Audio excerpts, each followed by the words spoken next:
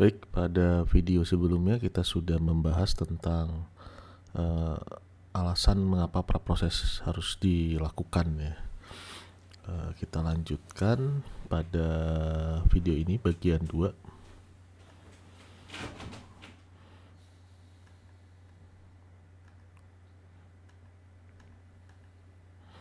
Ya. Nah, ukuran sebuah data dianggap berkualitas adalah seperti ini: akurat, lengkap, konsisten, timelines, tepat waktu. Di sini maksudnya adalah pada saat dia dibutuhkan dia ada gitu. Jadi jangan sampai pas kita dibutuhkan datanya baru belum ada, pada saat keputusan diambil datanya baru tersedia. Nah, itu contoh yang tidak tepat waktu. Kemudian kriteria yang lain masuk akal,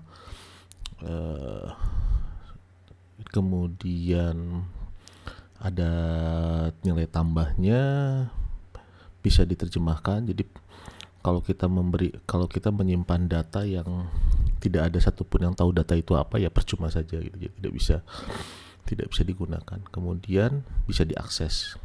Ini juga salah satu masalah, seringkali data itu dianggap sebagai sebuah komoditas berharga ya, sehingga sengaja dibatasi hanya orang-orang tertentu saja yang bisa mengakses data.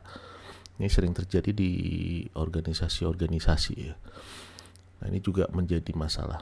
Kayak itu, jadi ukuran data yang berkualitas. Nah, sebelum kita masuk ke tahap pembersihan data, penting untuk kita mengetahui tentang datanya itu seperti apa gitu ya. Jadi sangat sulit kalau kita memproses data yang kita tidak tahu sama sekali ini data apa. Itu akan mempengaruhi. Memang terjadi beberapa, misalnya di lomba-lomba, untuk alasan privacy, atributnya disembunyikan gitu. Maksudnya ini atribut apa itu tidak ditampilkan. Jadi kita nggak tahu ini tentang apa gitu ya, angka ini artinya apa gitu. Jadi hanya fokus ke algoritma. Tapi di dunia nyata itu jarang terjadi. Jadi di dunia nyata itu kita akan mendapat akses untuk menggali informasi tentang data itu sendiri. Yang pertama adalah jelas kita harus memahami domainnya. Jadi kalau misalnya sekarang Anda ditanya tentang domain akademik, apa itu transkrip, atau itu IPK, kontrak kuliah, dosen wali, Anda bisa memahami dengan gampang gitu ya. Tapi bayangkan orang luar yang di luar akademik itu mungkin akan kesulitan. Nah, ini berlaku juga untuk kita. Kalau kita ada di domain yang baru, misalnya Anda masuk ke domain finance misalnya, itu Anda perlu belajar dulu gitu ya, minimal istilah-istilah tentang domain itu, sehingga kita tidak bingung ini artinya apa gitu. Jadi banyak baca tentang domain itu, bisa dari buku, bisa dari wawancara dengan orang.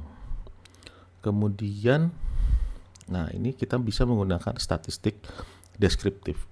Sebenarnya udah diajarkan di kuliah harusnya, kuliah SMA mungkin sudah mulai, di kuliah tingkat 1 harusnya udah mulai diajari statistik.